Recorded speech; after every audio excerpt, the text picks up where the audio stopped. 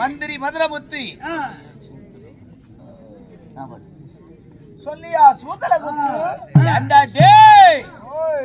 யாரிடம் என்ன பேச வேண்டும் என்று அறியாமல் மொழிக்கு தெரியாத பேசிட்டு இருக்கிற தலைய பொறிச்சு தடத்துல போட்டுருவை. என்ன மீன் தலையா? ஏய், உன்னுடைய தலைய பொறிச்சு தடையில போட்டுருவை. தரையில தரையில தரையில தரையில. ஆமா ஆமா. சரி சரி சரி.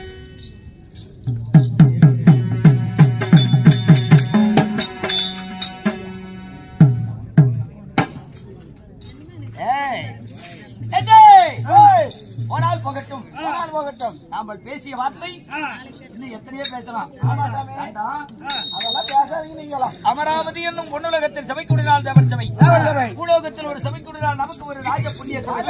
புண்ணிய சபையிலே 4 வேதம், 6 சாத்திரம், 64 கலை ஞானம், 64 கலவை காணும். கலையில் சிறந்தது 64, 96 தத்துவம், 96 நாள் கத்துவோம். மீதி நாள் படுத்துட்டு தத்துவங்களில் 96, தத்துவங்களில் 96, 108 பிராணத்தை கட்டுணர்ந்த 108 பிராணத்தை கட்டுணர்ந்த கலாமேதையின் சிங்காரமேதை அமர்ந்திருக்காங்க. என் குட்டி சிற்றொன்று. அப்படி இருந்த போதிலும் கற்றது கையளவு, கல்லாதது உலகளவு. தன்மை போல் இருந்தாலும் இன்று ஆனால் சரி. இந்த நகரத்தினுடைய பெயர் என்ன? கோசேரிப்பட்டி. கோசேரிப்பட்டி.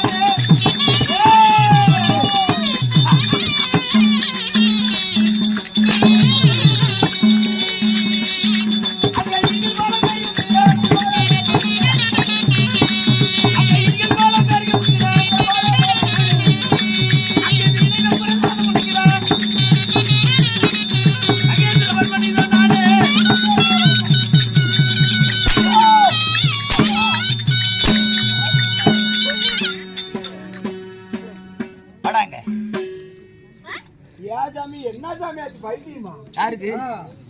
எனக்கா? எனக்கா? 5 ஒண்ணு இல்ல. நீங்க தப்பு பண்ணி விட்டீங்க. நான் வந்து ரெண்டுனா வேகத்தை கம்ப்ளைண்ட் பண்றோம். என்னன்னு? எந்த வேசக்காரர் அது வந்து என்ன வலிக்கிற மாதிரி அடிக்கிறாங்களா?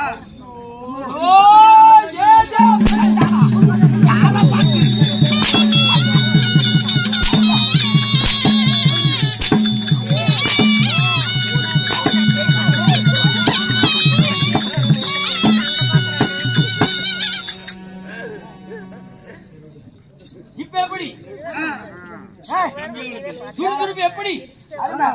அருமையா ஒரு அடி விழுந்துனா கூட கேன பொண்ணு சம்பளம் டிரைவர் சொன்ன அப்படி யாரை பத்தி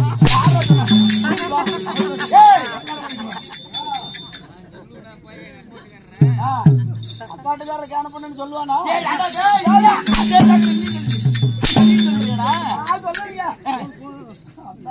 சொல்ல சொன்னானா ஏண்டா டேய் ஆண்டி ஊமை சொன்னா ராசனுக்கு புத்தி எங்கடா போயிரும் அதேதான் சாமி அண்டா ஏங்க ஆ? அதேதான் நானும் கேக்குறேன் ஆ. ஆண்டி சொன்ன தாசருக்கு எங்க போய் குத்தி அப்ப அவன் சொன்னா நீ என்ன பண்ணி கேக்குற ஏய் அப்படி இருந்த போதிலும் நாடெங்கும் புகழ் பெற்ற நாடெங்க புகழ் பெற்ற தேசங்கள் அணிந்து சொல்லிக்கக்கூடிய வீர தீர புஜபல பராக்கிரம் எடுத்த என்னுடைய வீரோ மகேந்திரபுரி மகேந்திர ராஜன்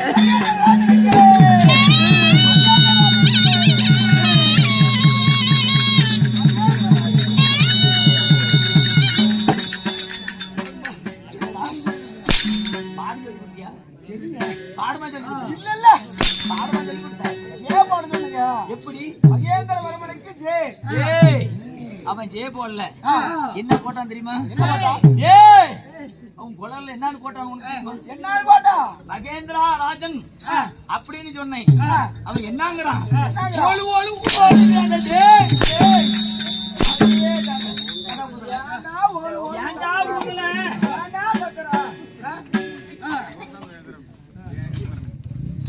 ஏய் கேன பொண்ணு அவரு யாரு யாருடா? யாரா? யாரா? இல்லையா? அப்படி சொன்னா என்ன அர்த்தம் மகாராஜா அப்படி சொல்லாத அப்படிலாம் இல்ல எப்படி இதெல்லாம் எப்படி எப்படி இதெல்லாம் மாறி மாறி வருது தெரியல. மாறி மாறி குத்துவாங்க மாறி மாறி குத்துவாங்க மாவடி திரும்புவாங்க மிகுதி விட்ட வீர தீர புஜபல பராக்கிரம் எடுத்த வராய்க்கிற மடித்த என்னுடைய வயிற மகேந்திரவர்மன் மகேந்திரவர்மன் மகேந்திரவர்மனாக இருந்தாலும் நான் ஆண்டு வரக்கூடிய சாம்ராஜ்யம்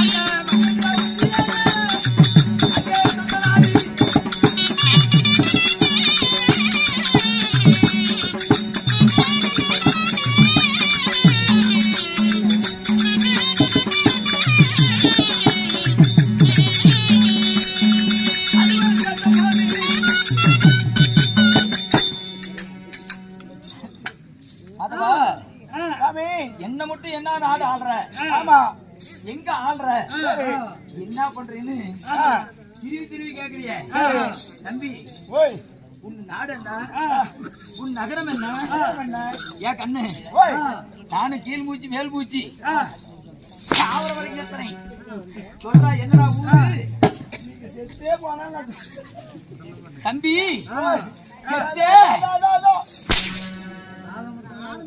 ஏங்க, இல்லாம பேச்சு சரி ஏன்டா அப்படி மறந்து போயிருங்க. இதெல்லாம் நாங்க டோர் கல்லூரி போட்டுட்டு வரோம். உன்னுடைய நாடு என்ன? என்னுடைய நாடு, என்னுடைய நாட்டுக்கு ராஜாக்கள், சரி, மந்திரிகள், எல்லா மக்களும் என் நாட்டுக்கு தான் வந்தாகணும். ஓ, மன்னாதி மன்னர்கள், மகிடமுடி வேந்தர்கள், மகரமணி வேந்தர்கள், சித்தர்கள், ஆமா, பக்தர்கள், ஆமா, அனைவர்களும் உன்னுடைய நாட்டுல உள்ள கூடாத நாடே கிடையாது. யாருமே ஆள் கிடையாதுங்கிற, யாருமே கிடையாது. என் நாட்டுக்கு தான். இப்படி ஒரு நாட்டு ராஜா தர்மத்தோடையும் நீதியோடையும் வாழ்றனா அந்த நாட்டினுடைய ராஜாவினுடைய பெயர் என்ன? அந்த நாட்டினுடைய பெயர் என்ன? அனுமதி இல்லாம யாரும் உள்ள வர முடியாது. அதே மாதிரி கடைசியா வந்தாகிறது என் நாட்டுக்கு மட்டும்தான். என்னையா கடைசியா வர்ற நாடு உன் நாடு தான். ஆமா, வேற எங்கேயும் போக மாட்டாங்க. வேற எங்கேயும் போக மாட்டாங்க. போனாங்கன்னா வந்துருவாங்க. போனாங்கன்னா இங்க வந்துதான். என்னையா நாடு? சுடுகாடு. ஏண்டா டேய் மடச்சாம்பிராணி. ஆனா தம்பி, அதற்குதான் பெயர் பூங்கா, அமைதி பூங்கான்னு பேர் வச்சாங்க. ஆமா, என்ன டேய் இதுக்கா தலைவன்? ஆமாங்க. நாளைக்கு நீ செத்து போயிட்டீங்கன்னா வச்சுக்க. நானா? ஏண்டா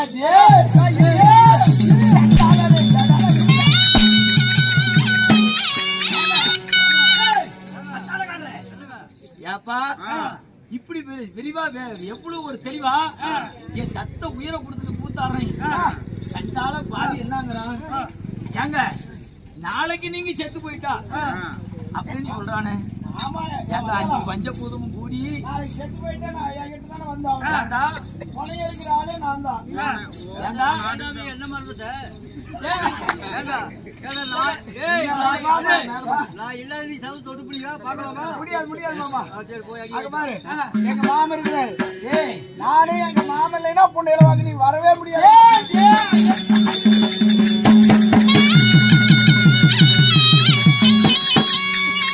தம்பி, ஓய், நீ நினைப்பது போல அல்ல, நான் நினைப்பது போல அல்ல.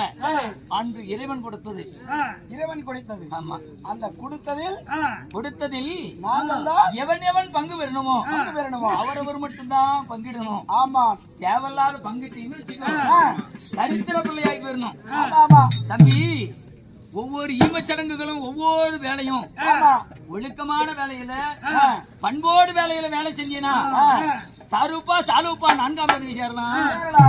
இல்லைன்னா நடு வீதியில தெரிஞ்சுக்கிட்டு சோறு இல்லாம தண்ணி இல்லாம காற்று மழை அடர்ந்த காட்டிலே ரிஷி போல தெரியணும். அதனால அதுக்கென்று கொடுத்து வச்ச பிள்ளைங்க நீங்க. அதனால உங்களை குறையா சொல்லல. தெய்வமும் ஒன்று தம்பி. தெய்வத்துக்கு முன்னால் நிக்கிறவன் நீங்க தான். எப்படியாப்பட்ட ஒரு ராஜாதி ராஜனாக இருந்தாலும் முன்னால போடக்கூடியது நீங்க, முன்ன நட போடுவது. அதுக்கெல்லாம் யார் கொடுத்தாங்க? ஆதியில் பிறந்த அந்த சிவபெருமான் கொடுத்த வரம். ஆனா அந்த சிவபெருமான் கொடுத்ததுனாலதான் தம்பி இன்னைக்கும் பாரு, ரிஜிஸ்டர் ஆபீஸ்ல நீங்க, ரிஜிஸ்டர் ஆபீஸ்ல நீங்க, டிஓ ஆபீஸ்ல நீங்க, இன்னும் கலெக்டர் ஆபீஸ்ல நீங்க, தாலுகா ஆபீஸ்ல முதல் உரிமை உங்களுக்கு. யார் கொடுத்தது? தம்பி, நான் கொடுக்கல, நீ கொடுக்கல, இறைவன் கொடுத்தது, சிவபெருமான் கொடுத்தது. ஏன் ஒரு நாள் ஒரு தினத்தில் நிறைய பேசணும். ஒரு நாள் ஒரு தினத்துல சிவனுக்கு படிப்படை வேலை செய்ய அப்ப 2 பேர் பிள்ளைகள். அவங்க அம்மாவினுடைய பெயரோ மீனாட்சி அம்மை. மீனாட்சி அம்மைக்கு 2 பிள்ளைகள் பிறந்தாங்க. 2 பிள்ளைகள் பிறந்து அந்த 2 பிள்ளைகளை மூத்த பிள்ளை நீங்க. அப்படி இருக்கும் தருவாயில் பிறகு அண்ணனும் 2 பேரும் ஒன்றாக சேர்ந்து சிவனுக்கு பாத பூஜை செய்வது பழக்கம். அன்றாடம் பாத பூஜை செய்யும் போது அன்றாடம் என்ன செய்யும் தெரியுமா? சிவனுடைய கட்டளை என்ன? நந்தியினுடைய தொடையில இருக்கக்கூடிய வாழைப்பட்டையாட்ட ஒரு கறி இருக்கும். எந்த கெடாயத்தினாலும் இருக்கும், 3 ஜோடு இருக்கும்.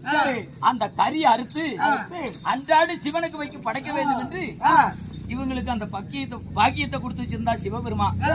அன்றாடும் சென்று அந்த கறியை அறுத்து தோலை விளக்கிட்டு அந்த கறியை அறுத்து கொஞ்சமாவது எடுத்து சமைச்சு வச்சு சிவனுக்கு படைக்க வைப்பாங்களாம். படைக்க வைக்கும் போது அப்ப என்ன செஞ்சாங்க? இவங்க எல்லாம் படைச்சிட்டு வீடு திரும்ப நேரத்துல சிவபெருமான் அதை சாப்பிட்டுருவாங்க. சரி சிவபெருமான் சாப்பிடுவாங்க. சாப்பிட்டுருவாங்க. சரி அண்ணனும் தம்பியும் 2 பேர்களும் ஒன்றாக சென்று வீட்டுக்கு அரண்மனைக்கு போனாங்க. இவருடைய மனைவியாகப்பட்டவங்க சுவாமி என்னவென்று தெரியல, தெரியல 2 பேரும் அந்த அம்மா மாசமா இருந்தாங்க.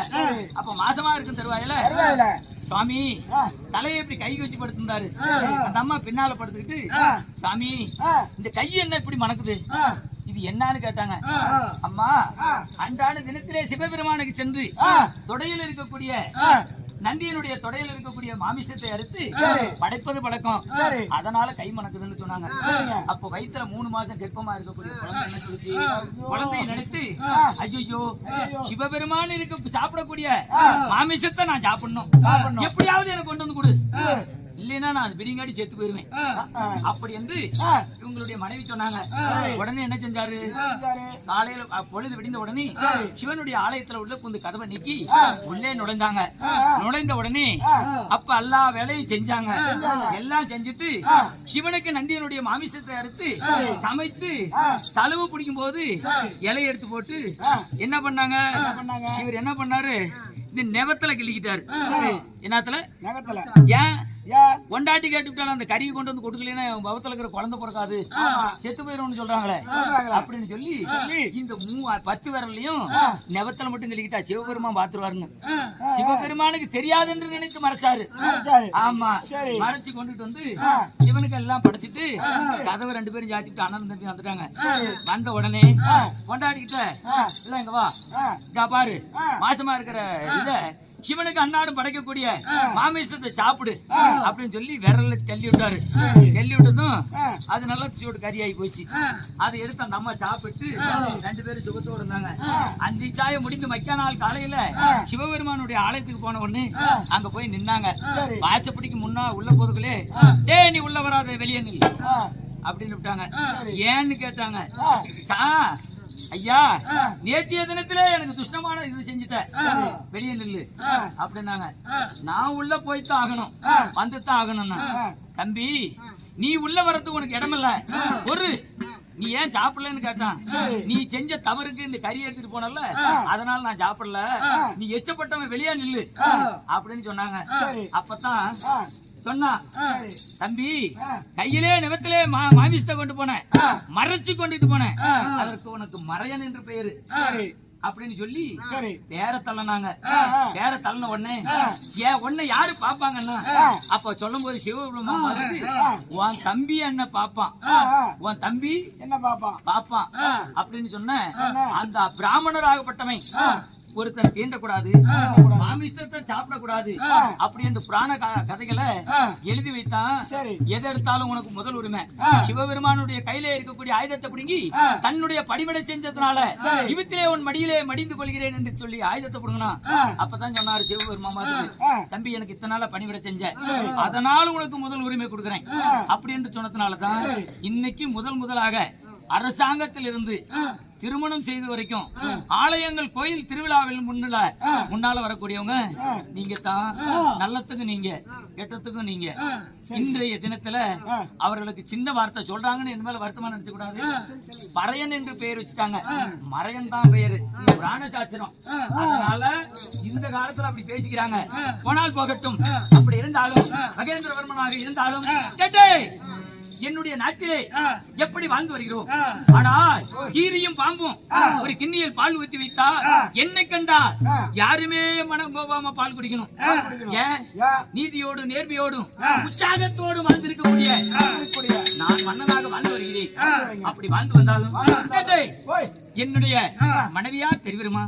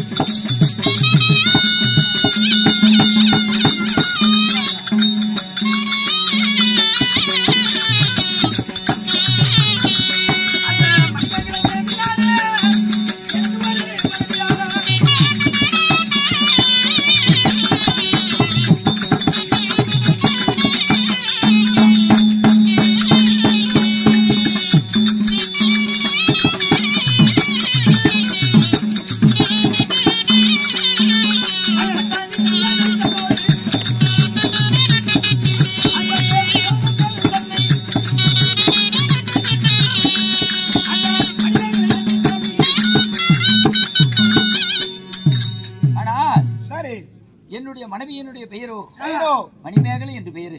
மணிமேகலை. ஆமா, ஆகட்டும் அப்படி சாமி. மணிமேகலையாக இருந்தாலும் என்னை ஈன்றெடுத்த தாய் தந்தையார் தாய் தந்தையார்.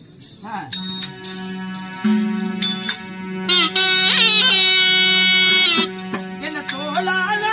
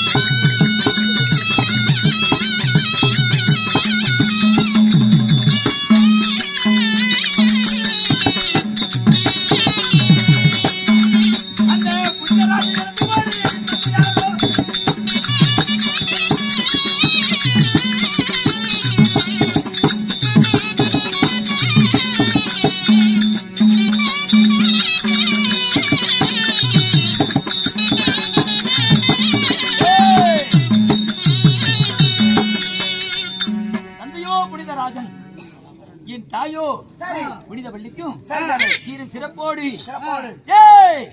கூடி பிறந்தவர்கள் கூட்டுப்பால் உண்ணியவர்கள் நான் ஒருவன் மட்டும் பிறந்து சுகத்தோடு வாழ்ந்து கொண்டிருக்கின்றேன். அப்படி வாழ்ந்தாலும் ஆனால் ஒரு நாட்டுக்கு ராஜாவாக இருந்தாலும் எனக்கு உங்களுக்கு இந்த மகேந்திராபுரி ஆள்வதற்கு யார் தெரியுமா? என்னுடைய பிள்ளைகள் 2 பேர். ஆனால் என்னுடைய பையனுடைய பெயரோ என்ன பேரு தெரியுமா? என்னுடைய மகனுடைய பெயர் என்ன தெரியுமா? என்னுடைய மகனுடைய பெயரோ சந்திரவதனன். என்னுடைய பிள்ளையினுடைய பெயரோ சந்திரவதனி. ஆனால் சந்திரவதனியும் ஆனால் என்ன தெரியுமா?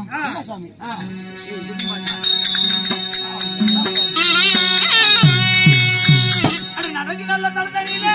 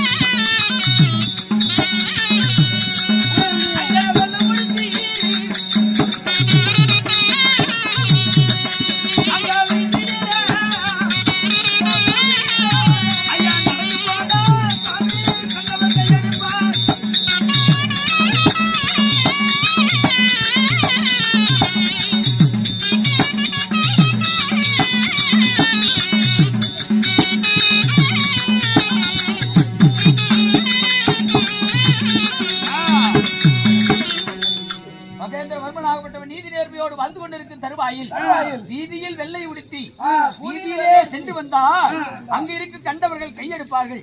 என்னை பார்த்தவர்கள் யாருமே என்னை பார்த்து அஞ்சி ஒடுங்கி நிற்பாங்க. அப்படி இருக்கும் தருவாயில் நான் இப்படி சீரும் சிறப்போடு என் மகனோடு ஒற்றுமையாக வாழ்ந்து சுகத்தோடு வாழ்ந்திருக்கின்றேன். அப்படி இருந்தாலும் என்னுடைய மனைவியாக விளங்கக்கூடியவளை அதி சீக்கிரமாக பார்க்க வேண்டும். உடனடியாக பார்க்கலாம்.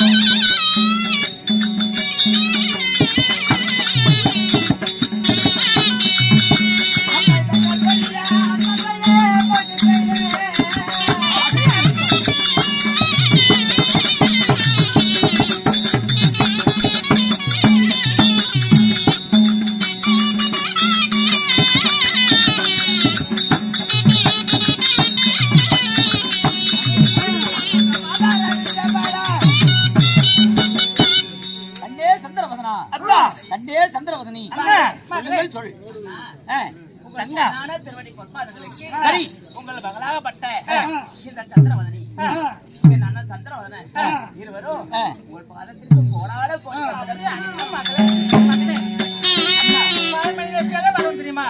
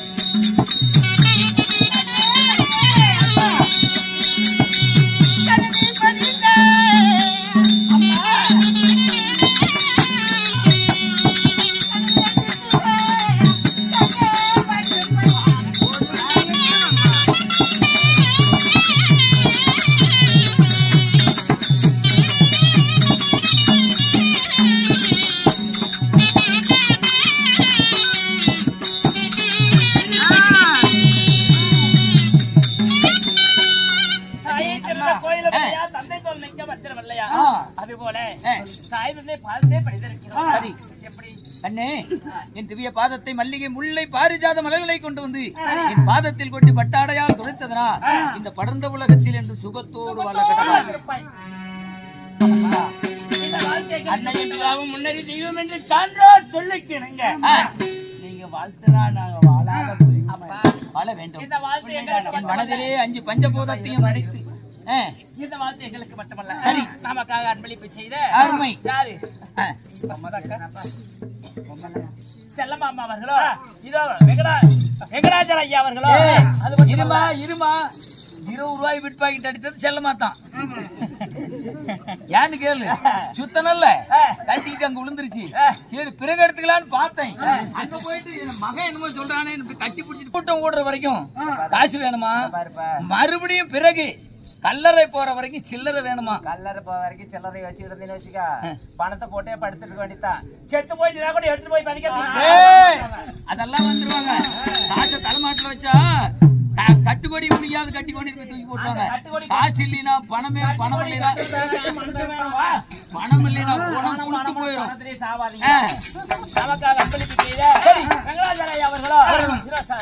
ரமேஷ் அவர்களோ அனைத்து நல்ல உள்ளங்களும் நமக்காக அன்பளிப்பை செய்துள்ளார்கள். அவரை ஏற்போட மக்கள் போர் போல வளர்ந்து நோயற்ற வாழ்வு குறைவற்ற செல்வமா இருக்க எல்லாம் வளர்ந்த பச்சைமணி வேண்டுகிறோம். ஆனா எதற்காக உங்களை கொலை மண்டபத்திற்கு இருந்து உங்களை அழைத்தேன் தெரியுமா? என்னப்பா அம்மா அம்மா என்ன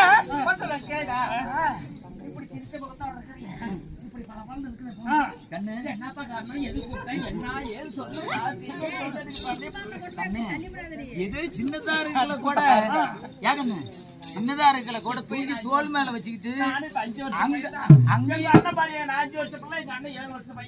கண்ணு உனக்கு மூக்கல சளி வந்துரும்னு, சளி வந்தா புண்ணாகி போயிரும்னு வாய வச்சு கூட உறிஞ்சு ஏகன்னு இல்ல. அப்பதான் மொத்தம் கொடுத்தனா, இப்பயும் மொத்தம் கொடுக்குறாப்புல.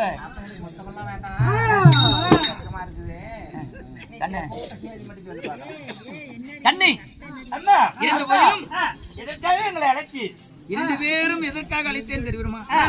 கண்ணே, நாங்கள் 2 பேரும் திருமணத்தை செய்து 2 பேரும் சுகத்தோடு இல்லற வாழ்க்கையில் வாழ்ந்து கொண்டிருந்தோம். வாழ்ந்து கொண்டிருக்கும் தருவாயில் எங்களுக்கு பல வருட காலமாக உத்தர சந்தானங்கள் கிடையாது. உத்தர சந்தானங்கள் இல்லாத காரணத்தினால் உலகத்திலே இருக்கக்கூடிய ஆறுமுகம் படைத்த முருகபெருமான் இடத்திலே சென்று, சுவாமி எங்களுக்கு உத்தர சந்தான மரம் கொடுத்தையானால் உங்களுடைய ஆலயத்திற்கு என்னுடைய மகளையும் மகனையும் அழைத்து வந்து உங்களுக்கு வேணுங்கிற சன்மானத்தை செய்து உங்களுக்கு பணிவிட வேலை செய்கிறோம் என்று சொல்லி அன்றைய தினத்திலே நான் அந்த வாக்குகளை சொல்லி வந்தேன். சொல்லி வருகும் தருவாயில் அந்த முருகபெருமான் ஆகப்பட்டவர் எங்களுக்கு நம்மளுடைய நாட்டில உங்களை 2 பேர்த்தையும் ஆணு ஒன்று பெண் ஒன்றாக 2 பேரும் என் உன்னுடைய தாயினுடைய வயிற்றிலே ஜனனமாகி சீரும் சிறப்போடு வாழ்ந்து கொண்டிருக்கிறீங்க. நம்மளுடைய குறைகள் என்ன? எந்த விதமான குறைபாடுகளும் கிடையாது. நம்ம நாட்டிலே தங்கம் முத்து வைடூரியம் என்று சொல்லக்கூடிய அனைத்துமே இருக்கிறது. வந்தவர்களுக்கு இல்லை என்று அவள் அள்ளி கொடுக்கக்கூடிய குறைவல்லல் போல வாழ்ந்து கொண்டிருக்கிறோம். இன்றைய தினத்திலே என் மனதில் என்ன தெரியுமா? அந்த முருகபெருமான் இடத்திலே செய்த வேண்டுதலையை இன்றைய தினத்தில் நிறைவேற்றணும். நிறைவேற்றுவதாக இருந்தால் நாங்கள் அனைவர்களும் ஒன்றாக சேர்ந்து அந்த முருகன் மலைக்கு அந்த ஆலயக்கு